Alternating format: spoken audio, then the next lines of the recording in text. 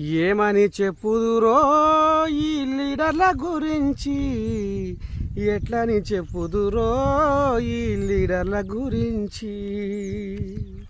అదును తప్పి పదును, పదును తప్పి అదును, రాయరంకు మాటలతోటి బిచ్చల విడిగా చెలరేగిపోతుర్రు. ఏమని చెప్పుదురో ఈ లీడర్ల గురించి, ఎంతని చెప్పుదురో ఈ లీడర్ల గురించి. అసలు ఎవరిని నమ్మాలి? ఈ లీడర్లను ఎవరిని నమ్మొద్దు? ఏ పార్టీని నమ్మాలి, ఏ పార్టీని నమ్మొద్దు? అసలు వీళ్ళ సుఖం పూసలు ఎవరు, మంచోళ్ళు ఎవరు ఎక్కడ అర్థమవుతలేదు రా. అందుకనే ఈ ముచ్చట ఒకసారి మీరు కూడా చూసేదేమని పట్టుకొచ్చిన చూడు.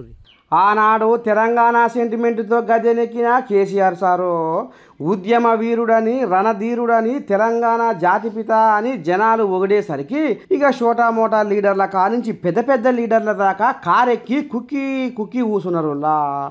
ఇక జనాలు కేసీఆర్ 10 ఏళ్ల పాలన చూసినాక ఇసిగి ఇసిగి ఏసారిపోయి ఇక లాభం లేదని కేసీఆర్ ఆడి తప్పి పలికి బొంకి అందిన కాడికి దోసుకుండాని తెలంగాణ జనాలు పసిగట్టి ఇక బగ్గా ఆలోచన చేసి ఇక మరి రేస్క పిట్టోలే రెచ్చిపోతున్న రేవంతమయ్యకు కేసీరావు కుర్చీ గుంజుకొని అంటగట్టిరుల్లా రేవంతమయ్యకు. ఇక అసలు ముచ్చట ఏంటంటే కేసీఆర్ కాంగ్రెస్లో గెలిచిన ఎమ్మెల్యేలను బీఆర్ఎస్లోకి ఎట్లా గుంజుకుంటాడు, గిసవంటి చేతలు చేస్తే కేసీఆర్ని ఉరిదీసినా తప్పు లేదు, పాపం లేదు అని ఆనాడు రేవంతమయ్య అనుకొచ్చిండులా ప్రతిపక్షంలో ఉన్నప్పుడు. ఇక మరి ఇప్పుడు ఆయన ఎందుకు బీఆర్ఎస్ లీడర్లను ఎమ్మెల్యేలను కాంగ్రెస్లో కలుపుకుంటుండు అని బీఆర్ఎస్ లీడర్లు కుయ్యో మొర్రో అని మైకుల ముందర మొత్తుకుంటుర్రులా. ఇగో ఈనాడు బీఆర్ఎస్లో కలిసిన చేవెళ్ళ ఎంపీ రంజిత్ రెడ్డిని సీఎం రేవంత్ రెడ్డి ఆనాడు ఏమన్నాడో ఇనరి.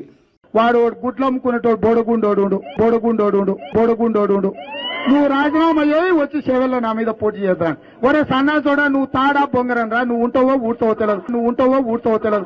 ఏమప్పో ఈ రాజకీయ నాయకులు కంచరి కడుకు దంచితే లొటుకు అన్నట్టు ఎప్పుడు ఏం మాట్లాడతారో ఎప్పుడు ఎట్లా ఉంటారో అర్థమైతలేదని మొత్తుకుంటా ఉన్నారు తెలంగాణ జనాలు.